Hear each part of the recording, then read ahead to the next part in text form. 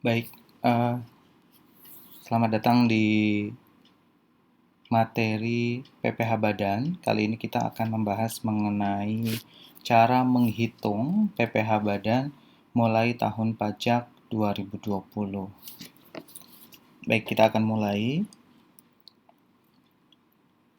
Sebenarnya, seperti yang sudah sama-sama kita ketahui bahwa cara untuk menghitung PPh Badan adalah dengan eee, mengalihkan antara penghasilan kena pajak atau biasa kita sebut sebagai PKP dengan tarif pajak. Seperti itu. Tarifnya tentu saja sebagaimana yang telah sama-sama kita ketahui diatur di pasal 17 Undang-Undang Pajak Penghasilan atau Undang-Undang PPh. Sementara untuk cara menghitungnya sendiri ini diatur di pasal 16 Undang-Undang PPh ya. Jadi bahwa PPh terutang adalah penghasilan kena pajak atau PKP dikalikan dengan tarif pajak. Pembahasan kita kali ini akan menitik beratkan pada tarif pajaknya nih sebenarnya. Eh, karena sebagaimana kita ketahui tarif pajak ini sudah mengalami perubahan beberapa kali ini dari tahun 83 sampai dengan terakhir ada juga perubahan di tahun 2020 yang akan kita bahas di slide-slide berikutnya. Baik. Saya akan mulai dari sejarah tarif PPh Badan ya, karena dengan tahu sejarah kita jadi paham oh ternyata seperti itu perjalanan tarif PPh Badan di Indonesia. Nah, eh, kalau menurut undang-undangnya, undang-undang PPh sudah 4 kali mengalami perubahan ya. Pertama kali dimulai pada tahun 83 dengan terbitnya Undang-Undang Nomor 7 Tahun 83 tentang pajak penghasilan. Kemudian undang-undang tersebut direvisi pada tahun 94 melalui Undang-Undang Nomor 10 Tahun 94. Kemudian direvisi lagi pada tahun 2000 ya, dengan Undang-Undang Nomor 17 Tahun 2000 dan terakhir undang-undang yang sama direvisi dengan Undang-Undang Nomor 36 Tahun 2008. Jadi kalau kita lihat perjalanannya, undang-undang yang masa berlakunya paling lama itu sebenarnya Undang-Undang Nomor 7 ya, karena dari tahun 83 ke 94 itu 11 tahun, sementara dari 94 ke tahun 2000 itu 6 tahun, dan dari tahun 2000 ke tahun 2008 itu 8 tahun. Jadi Undang-Undang PPh yang masa berlakunya gitu ya, paling lama itu sebenarnya Undang-Undang Nomor 7 tahun 83. Baik, mengenai tarif PPh Badan, karena undang-undangnya sudah 4 kali mengalami perubahan, maka tarif PPh Badan juga telah mengalami perubahan hingga 4 kali. Kita coba lihat satu-satu ya. Yang pertama, di Undang-Undang Nomor 7 Tahun 83 itu diatur bahwa untuk wajib pajak badan tarifnya adalah progresif ya. Mungkin teman-teman sudah sama-sama paham bahwa tarif progresif adalah tarif yang dikenakan di mana ketika dasar pengenaan pajaknya naik, maka tarifnya akan ikut naik juga. Nah, itu konsep tarif progresif. Menurut Undang-Undang Nomor 7 Tahun 83, PPh Badan dikenai dengan tarif 5% untuk penghasilan kena pajak sampai dengan 10 juta. Kemudian 25% untuk penghasilan kena pajak 10 juta sampai dengan 50 juta. Dan 35% untuk penghasilan kena pajak di atas 50 juta. Itu dulu pertama kali Undang-Undang PPh berlaku di Indonesia melalui Undang-Undang Nomor 7 Tahun 83. Nah, kemudian pada tahun 94 ini sedikit diubah. Perubahannya yang ada dua hal. Yang pertama di tarifnya dari 5, 25, dan 35 menjadi 10, 15, dan 30. Kemudian lapisan penghasilan kena pajaknya juga sedikit naik nih. Sebelumnya 10 juta, di tahun 94 diubah menjadi 25 juta. Itu Undang-Undang Nomor 10 Tahun 94. Kemudian di Undang-Undang Nomor 17 Tahun 2000 juga mengalami perubahan. Tarifnya sih tetap ya, 10, 15, dan 30, tetapi lapisan penghasilan kena pajaknya mengalami perubahan menjadi 50 juta hingga 100 juta gitu. Nah, sementara pada perubahan terakhir di Undang-Undang Nomor 36 Tahun 2008 itu khusus untuk PPh Badan itu berubah konsep dari yang tadinya tarif progresif menjadi tarif tunggal ya. Yang mana tarif tunggal ini sebesar 28% yang berlaku tahun 2009 dan setelahnya mulai tahun pajak 2010 tarif yang berlaku adalah 25% dan tarif ini berlaku sampai dengan tahun 2019. Khusus untuk tahun 2020 belum lama ini keluar peraturan pemerintah nomor 1 tahun 2020 yang telah disahkan dengan Undang-Undang Nomor 2 tahun 2020, di mana menurut Perpu tersebut tarif PPh Badan mengalami penurunan ya. Jadi tarifnya turun lagi nih dari 25% menjadi yang pertama sebesar 22% untuk tahun pajak 2020 dan 2021. Dan 20% untuk tahun pajak 2000 mulai tahun pajak 2022 dan seterusnya. Nah, ini sebagaimana diatur di Perpu nomor 1 tahun 2020 sebagaimana telah disahkan dengan Undang-Undang nomor 2 tahun 2020 ya.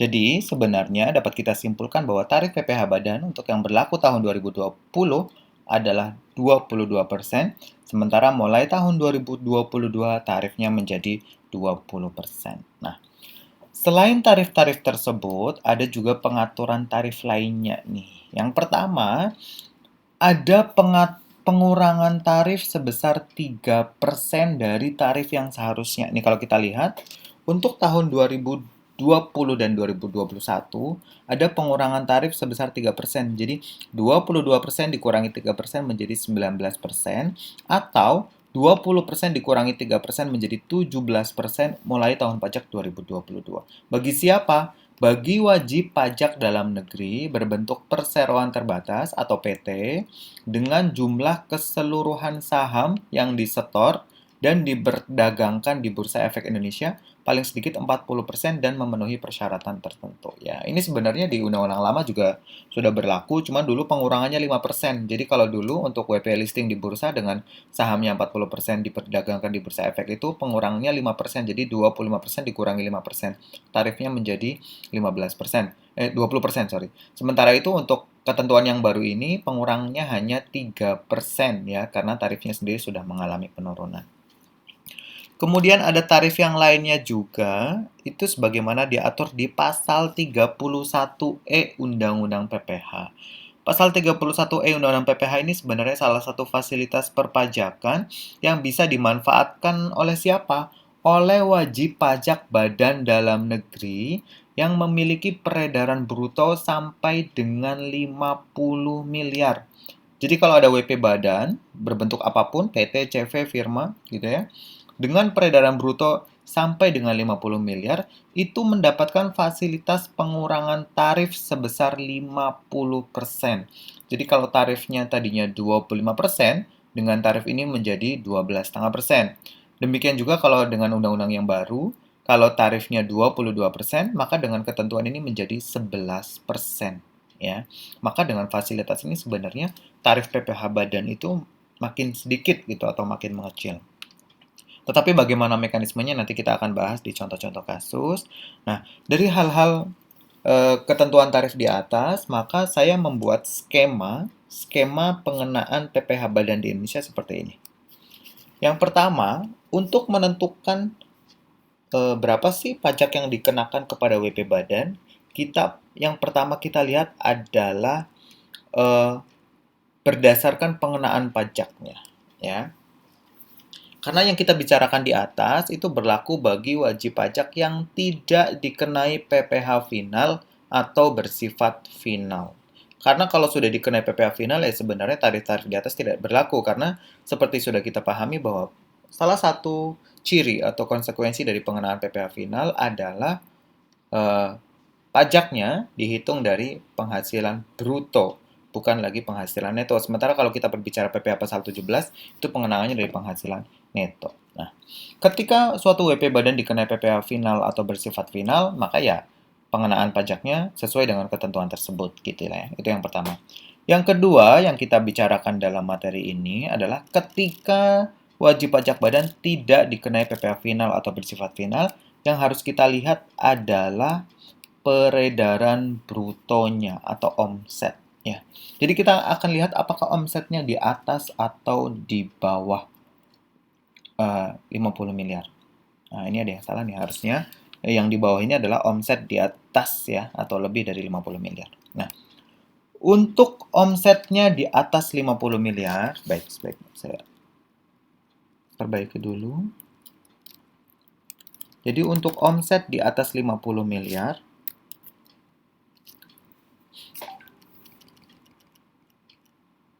maka berlaku tarif sebagaimana kita bahas tadi. Jadi untuk omset di atas 50 miliar, cara pengenaan PPh badannya adalah penghasilan kena pajak dikali tarif. Atau dalam hal ini dikali 22% untuk tahun 2020 dan 2021, dan dikalikan 20% untuk mulai tahun pajak 2022. Nah, ini ketentuan yang pertama. Sementara itu, untuk omset sampai dengan 50 miliar, itu nanti ada pencabangan lagi. Yang pertama, kita akan lihat omset apabila wajib pajak omsetnya sampai dengan 4,8 miliar, maka cara pengenaannya adalah langsung dengan menggunakan tarif pasal 31E. Jadi penghasilan kena pajak dikali 50% dikali tarif gitu ya. Sementara ketika peredaran brutonya di atas 4,8 miliar sampai dengan 50 miliar gitu ya, maka itu pengenaannya dua kali karena sebagian mendapatkan fasilitas 50%, sebagian lagi tidak mendapatkan fasilitas tersebut. Nah, nanti ini akan lebih jelas di contoh-contoh yang akan saya bawakan. Nah, sementara ini untuk tahun 2020 dan 2021, sementara untuk tahun 2022 seperti ini.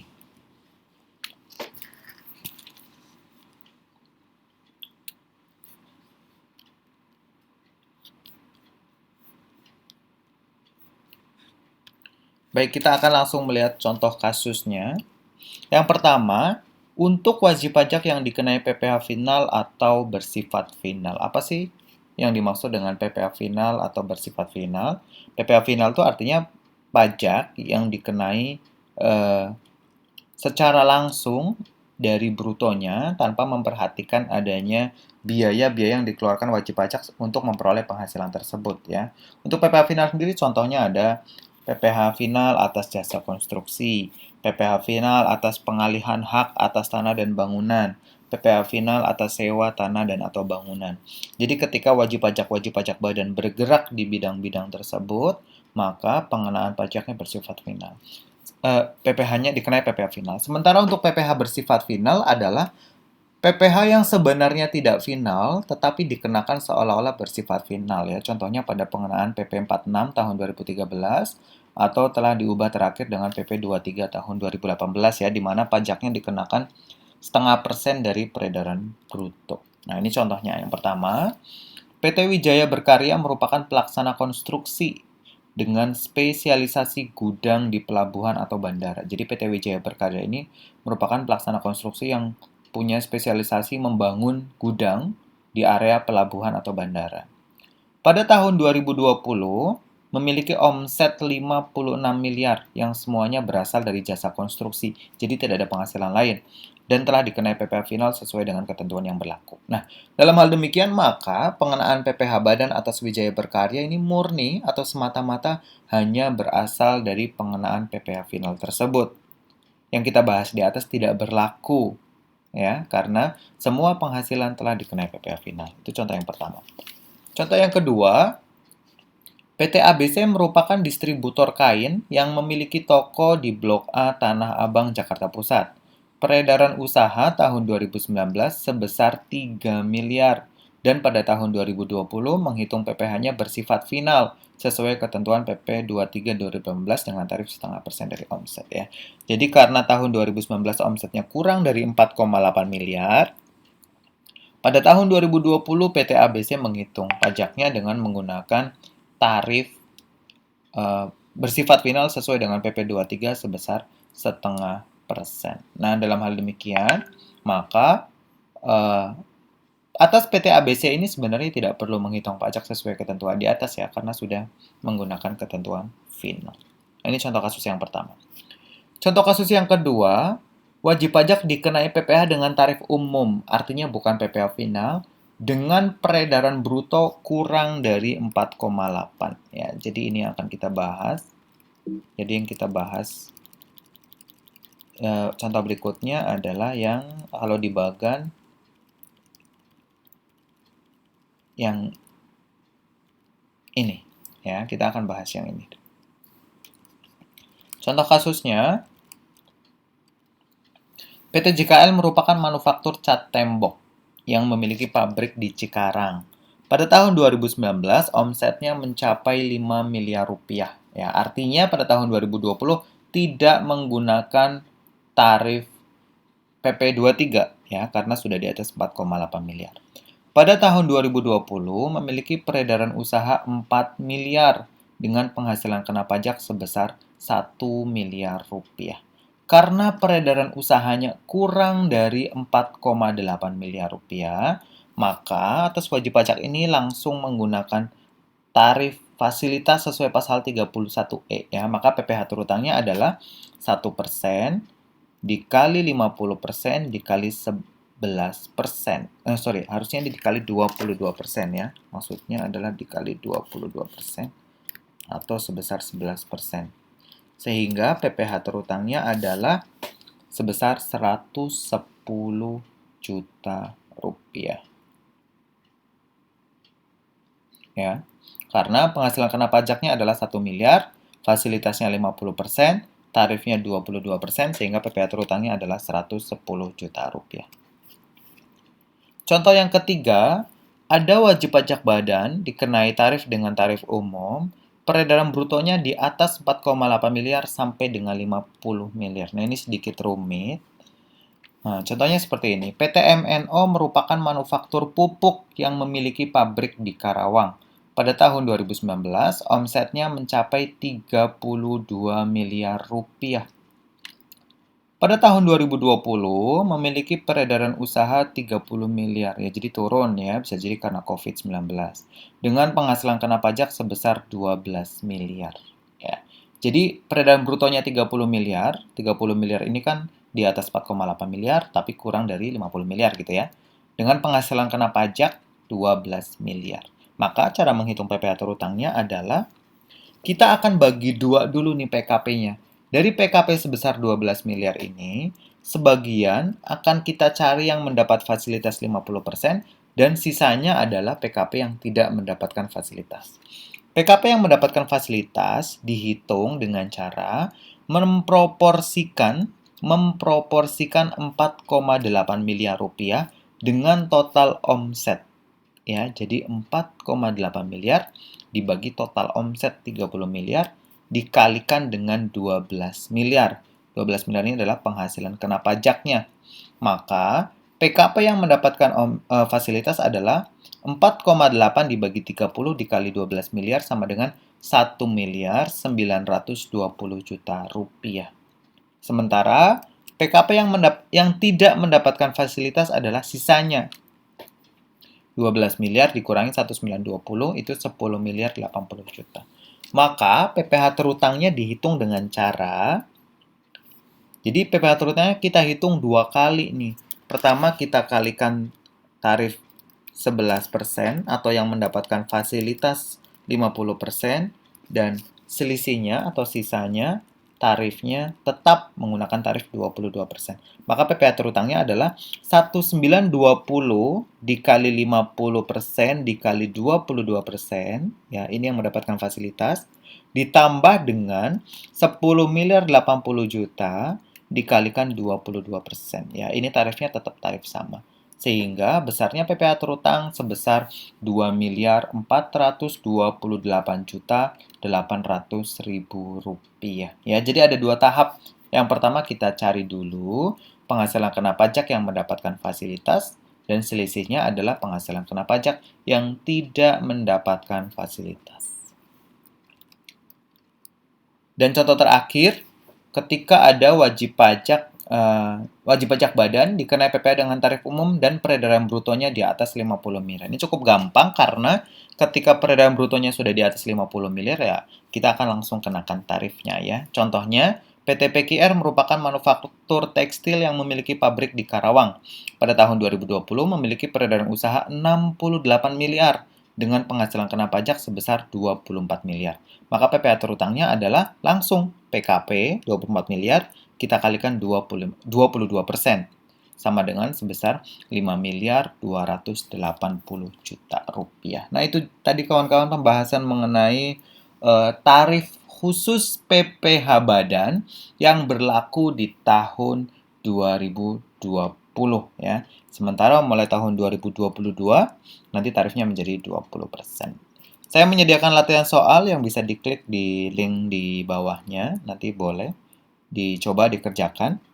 Terima kasih sudah menonton video ini. Jangan lupa like and subscribe ya. Serta follow Instagram saya di @nasikudinis.ma. Terima kasih.